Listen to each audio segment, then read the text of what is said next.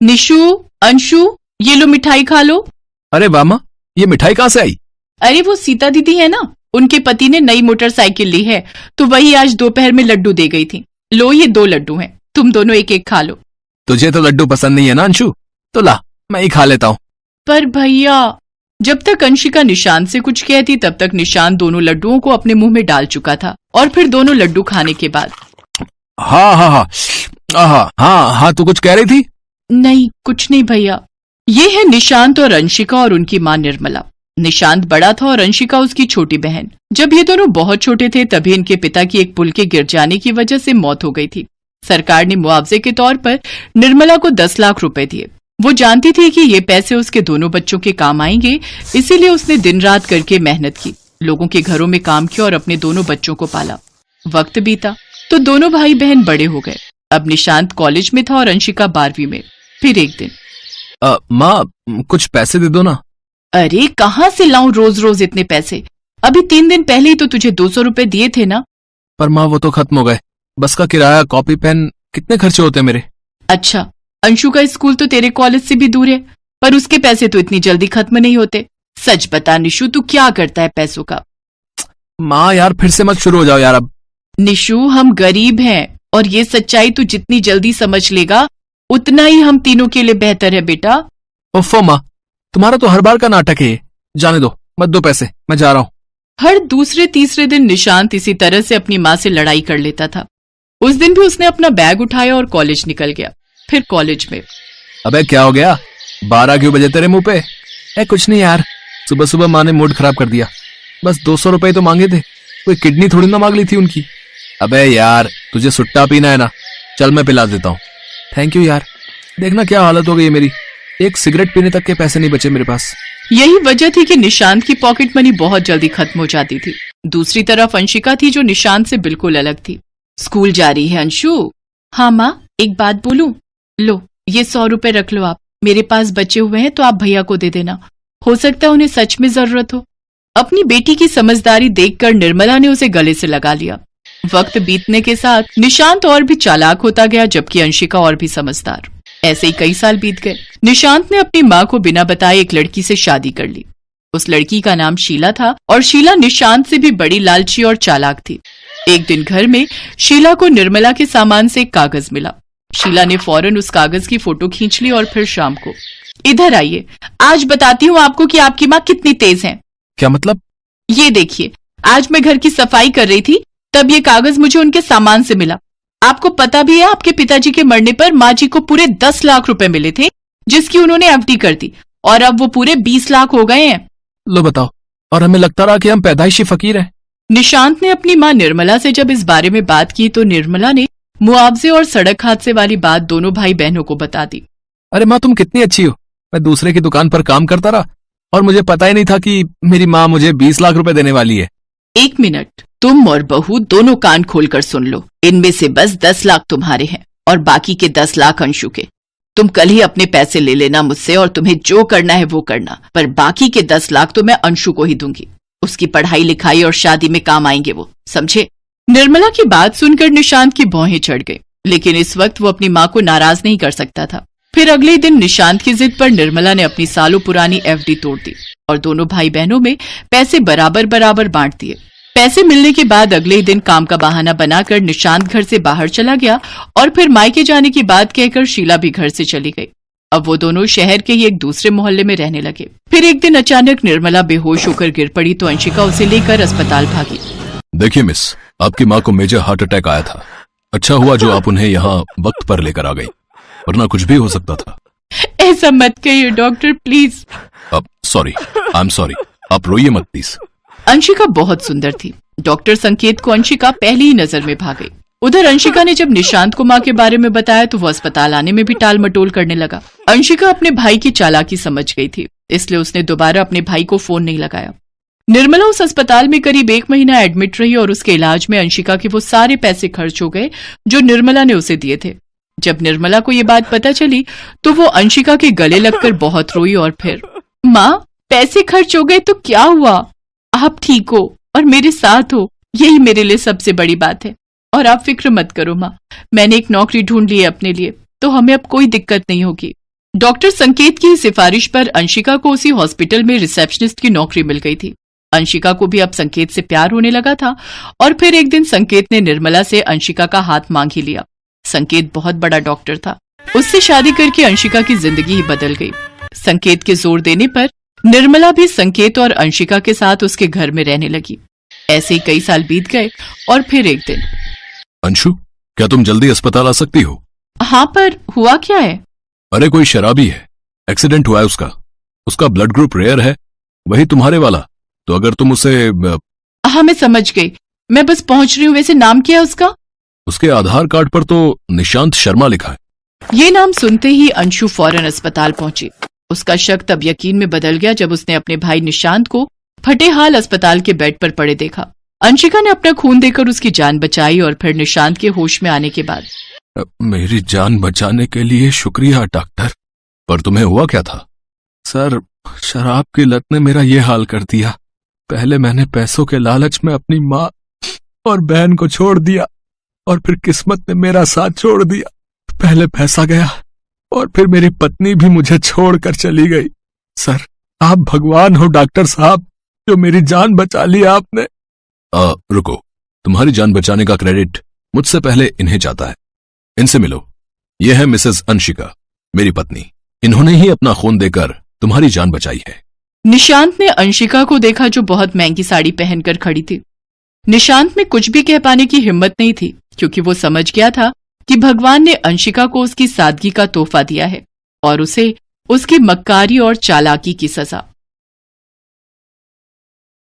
सदियों पहले की बात है। उदयपुर शहर में एक खूबसूरत महल था जहाँ के राजा और रानी बड़े ही दयालु और निर्बल स्वभाव के थे। रानी ने 7 पुत्रों को जन्म दिया था, लेकिन उनकी बहुत इच्छा थी कि एक कन्या उनके घर में जन्म ले, लेकिन उनकी ये इच्छा पूरी नहीं हुई। राजा हमेशा से ही एक पुत्री की चाह में था। एक रोज रात को जब राजा और रानी खाना खाकर अपने महल के किनारे बनी नदी के पास टहल रहे थे तो उन्हें उस नदी में एक टोकरी आती दिखाई दी जिसमें एक नवजात कन्या थी। उस नवजात कन्या को राजा रानी अपने साथ महल ले आए और राजा ने ऐलान किया, आज से ये कन्या हमारी पुत्री है, हम इसे अपनी बेटी की तरह पालेंगे। परंपरा के अनुसार घर में छोटे शिशु का भविष्य जानने के लिए कुल पुरोहित को बुलाया गया। उस कन्या को देख पुरोहित ने कहा, बड़े ही खेद के साथ कहना पड़ रहा है महाराज कि इस कन्या के कदम आपके राज्य के लिए शुभ नहीं है। आप कहना क्या चाहते हैं पुरोहित जी? रानी साहिबा, जैसे जैसे ये कन्या बड़ी होती जाएगी वैसे वैसे ही आपके 7 लड़कों की मृत्यु भी होती जाएगी। ये तुम कैसी बातें कर रहे हो पुरोहित? एक छोटी सी कन्या के बारे में तुम ऐसे कैसे कह सकते हो? सिपाहियों, इस पुरोहित को महल से बाहर निकाल दो। राजा ने उस पुरोहित को महल से बाहर फेंकवा दिया और बेटी की चाह में पुरोहित की बातों पर ध्यान नहीं दिया। लेकिन जैसे ही वो लड़की साल भर की हुई तो उसके जन्मदिन वाले दिन ही राजा के सबसे बड़े बेटे की मृत्यु हो गई। तब राजा को उस पुरोहित की बात याद आई। उसने तुरंत ही उस पुरोहित को बुलाने भेजा, लेकिन सेनापति एक दुखद समाचार लेकर महल में पहुंचा। महाराज, 10 दिन पहले ही उस पुरोहित की मृत्यु हो गई, लेकिन सुना है उसका भाई घनश्याम दूसरे राज्य के महल में पुरोहित है। आपकी आज्ञा हो तो मैं उसे बुला लाऊं। उन्हें शीघ्र ही यहाँ लेकर हाजिर हो। घनश्याम पुरोहित सेनापति के साथ उस महल में पहुंचा। मेरे भाई की भविष्यवाणी बिल्कुल सही है। अब हमें इस बात का यकीन हो गया है, लेकिन इसका उपाय क्या है? अगर आपकी इस कन्या को आग के घेरे में बड़ा किया जाए तो आपके बेटों को इसका कोई नुकसान नहीं होगा, लेकिन इस बात का खास ध्यान रहे कि वो आग बुझनी नहीं चाहिए। पंडित के कहे अनुसार वैसा ही हुआ। उस कन्या को एक घर के अंदर रखा गया जिसके बाहर आग का घेरा बना दिया गया। कुछ साल ऐसे ही बीत गए। अब 7 लड़कों में बचे 6 लड़के भी बड़े हो गए और राजा रानी बूढ़े होने के कारण दुनिया से चल बसे। उन 6 भाइयों में से सबसे बड़े भाई ने राजगद्दी संभाल ली। अब वक्त आ गया है कि हम अपनी बहन को उस आग के घेरे से छुटकारा दें और उसका विवाह करके उसे खुशहाल जिंदगी जीने दें। बिल्कुल सही कहा भाई आपने। चलो चलो अभी अपनी बहन के पास चलते हैं और उसे ये खुशखबरी देते हैं। सभी भाई अपनी बहन के पास पहुंचे। बहन, अब वक्त आ गया है कि तुम इस 4 दीवारी से आजाद हो जाओ। तभी उनकी बहन अंजना उनसे बोली, हाँ भैया, मैं भी दुनिया देखना चाहती हूँ। आखिर कब तक मैं इस आग के घेरे में जलती रहूंगी? अंजना को बाहर निकाला गया। उसने पहली बार नदियां, पहाड़, पेड़ पौधे, फूल, तितलियां देखी। वो बहुत खुश थी। तभी उसकी नजर बगुले पर पड़ी। अरे वाह, ये तो बहुत ही खूबसूरत पक्षी है। भैया, इस पक्षी का नाम क्या है? बहन, इस पक्षी का नाम बगुला है। भैया, मुझे बगुलों के राजकुमार से ही शादी करनी है। लेकिन बहन, हम उन्हें कहाँ ढूंढेंगे? वो मैं नहीं जानती। अगर मेरी बगुलों के राजकुमार से शादी नहीं हुई तो मैं किसी से शादी नहीं करूंगी। सभी भाई उसकी बात मान लेते हैं। 2 भाई राज्य संभालने के लिए महल में ही रुके, जबकि बाकी के 4 बगुलों के राजकुमार को ढूंढने जंगल की ओर निकल गए। लेकिन कई दिनों तक भटकने के बाद भी उन्हें राजकुमार कहीं नहीं मिला। तभी उनमें से एक भाई ने कहा, भैया, हमने हर तरफ देखा, लेकिन राजकुमार हमें कहीं नहीं मिला, और अब तो हमारा खाना भी खत्म हो चुका है। हाँ भाई, मैं तो कहता हूँ अब वापस महल चलो, नहीं तो ऐसा ना हो कि भूख के कारण हमारे प्राण ही निकल जाएं। नहीं नहीं, अंजना की बात को हम नहीं टाल सकते। अब जब तक हमें बगुलों का राजकुमार नहीं मिल जाता, हम वापस नहीं जाएंगे। तभी वहाँ से एक तपस्वी गुजर रहा था, जिसे देख उन भाइयों ने उस तपस्वी से पूछा, प्रणाम महाराज, क्या आप बगुलों के राजकुमार का पता जानते हैं? हाँ, यहाँ से तुम उत्तर दिशा की ओर जाओ। तकरीबन 10 किलोमीटर चलने के बाद एक ऊंची पहाड़ी पर महल है। उसी महल में बगुलों का राजकुमार रहता है। सभी भाई उत्तर दिशा की ओर चल दिए। 10 किलोमीटर चलने के बाद वो एक ऐसी जगह पहुंचे जहां सफेद महल, सफेद घर, सफेद मिठाइयां और यहाँ तक कि सबकी पोशाक भी सफेद रंग की थी। चारों भाई महल के अंदर गए और बगुलों के राजकुमार से मिले और उन्हें अपनी समस्या बताई। राजकुमार जी, आप हमारी बहन से शादी कर लीजिए। वो जिद पकड़ कर बैठी है कि वो सिर्फ बगुलों के राजकुमार से ही शादी करेगी, नहीं तो उम्र भर कुंवारी रहेगी। मैं तुम सब भाइयों की पीड़ा समझ सकता हूँ, लेकिन मैं किसी भी लड़की से शादी नहीं कर सकता। हम बगुले बहुत ही बुद्धिमान होते हैं और मैं बगुलों का राजा हूँ, तो जाहिर सी बात है कि मैं भी बहुत बुद्धिमान हूँ, और इसीलिए मैं अपने महल के लिए भी एक बुद्धिमान रानी की तलाश में हूँ। और अगर तुम्हारी बहन चाहती है कि मैं उससे शादी करूं, तो पहले उसे साबित करना होगा कि वो बुद्धिमान है। ठीक है, हम आज ही उसे बुलावा भेज देते हैं, फिर आप खुद ही जांच परख कर लीजिएगा। उन भाइयों ने एक संदेश लिखकर एक बगुले के पास भिजवाया। सेनापति बगुला उस संदेश को अपनी चोंच में दबाए महल पहुंचा। जब वो संदेश अंजना ने पढ़ा तो वो बेहद खुश हुई और अगले दिन सुबह ही उस महल से चलने की तैयारी करने लगी। साथ ही उसने अपने बड़े भाई से कहा, भैया, मुझे एक घोड़ा, 2 दासी और कुछ सैनिक चाहिए होंगे। मैं कल सुबह ही बगुलों के राजकुमार से मिलने निकलूंगी। ठीक है, इंतजाम हो जाएगा। अगले दिन सुबह ही अंजना अपने सैनिकों और दासियों के साथ सफर पर निकली। काफी देर चलने के बाद अंजना कुछ देर विश्राम के लिए रुकी और एक पेड़ की छांव में बैठे बैठे ही उसे नींद आ गई। तभी उनमें से एक दासी, जो कि बूढ़ी थी, उसने दूसरी दासी, जो कि उसकी बेटी दिव्या थी, उसकी तरफ देखा। सचमुच कितना अच्छा होगा अगर इस मनहूस की जगह मेरी बेटी की शादी उस राजकुमार से हो जाए। मेरी बेटी तो राजकुमारी बन जाएगी। तभी उसके दिमाग में खुराफाती आइडिया आया और उसने उन सैनिकों को लालच देकर कहा, मैं चाहती हूँ कि उस राजकुमार से मेरी बेटी दिव्या की शादी हो जाए, और अगर एक बार ये वहाँ की रानी बन गई तो फिर तुम लोगों की चांदी ही चांदी है। मैं इसके राजकुमार से कहकर तुम लोगों को 2-2 किलो सोना भेंट में दिलवा दूंगी, लेकिन उससे पहले तुम्हें इस मनहूस अंजना को पहाड़ी से फेंकना होगा। देखो, मौका अच्छा है, वो अभी सो रही है। लालच में आकर सैनिकों ने ऐसा ही किया।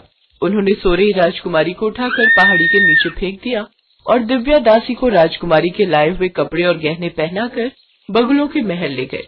राजकुमार जी, मैं 7 भाइयों की इकलौती बहन हूँ और आपसे विवाह करना चाहती हूँ। ठीक है, लेकिन उससे पहले तुम्हें मेरी कुछ पहेलियों का जवाब देना होगा। वो कौन सी 3 संख्याएं हैं जिन्हें जोड़ो या गुणा करो तो परिणाम सबका एक ही निकलता है? काफी देर तक सोचने के बाद भी वो दासी जवाब नहीं दे पाई। तब राजकुमार ने गुस्से में कहा, तुम्हारे भाई तो मुझसे तुम्हारी बहुत तारीफ कर रहे थे, लेकिन तुम तो इतनी आसान पहेली का उत्तर भी नहीं दे पाई। सैनिकों, जल्द से जल्द इसके चारों भाइयों को मेरे सामने हाजिर होने को कहो। कुछ देर बाद वो चारों भाई वहाँ पहुँच गए।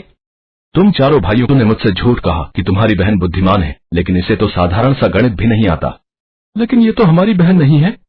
अच्छा, डर के मारे फिर झूठ। सैनिकों, इन सबको कारावास में डाल दो, फिर इन्हें मृत्यु दंड दिया जाएगा। कभी वहाँ अंजना आ जाती है। रुक जाइए बगुलों के राजकुमार, इन भाइयों की असली बहन मैं हूँ। अच्छा, तो फिर तुम मेरी पहेली का जवाब देकर यह साबित करो कि वो बुद्धिमान लड़की तुम ही हो। वो कौन सी 3 संख्याएं हैं जिन्हें जोड़ो या गुणा करो तो उनका परिणाम एक ही होता है? 1, 2 और 3। वाह, बहुत खूब।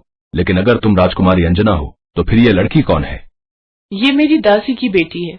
इन दोनों ने मिलकर रास्ते में मुझे पहाड़ी से नीचे फेंकवा दिया, लेकिन वो तो शुक्र है ऊपर वाले का कि मैं एक पेड़ में जाकर फंस गई और एक लकड़हारे ने मुझे बचा लिया। बगुलों के राजकुमार ने दासी दिव्या, उसकी माँ और उन सैनिकों को कारावास में बंद कर दिया और राजकुमारी अंजना के साथ बड़ी धूमधाम से विवाह कर लिया।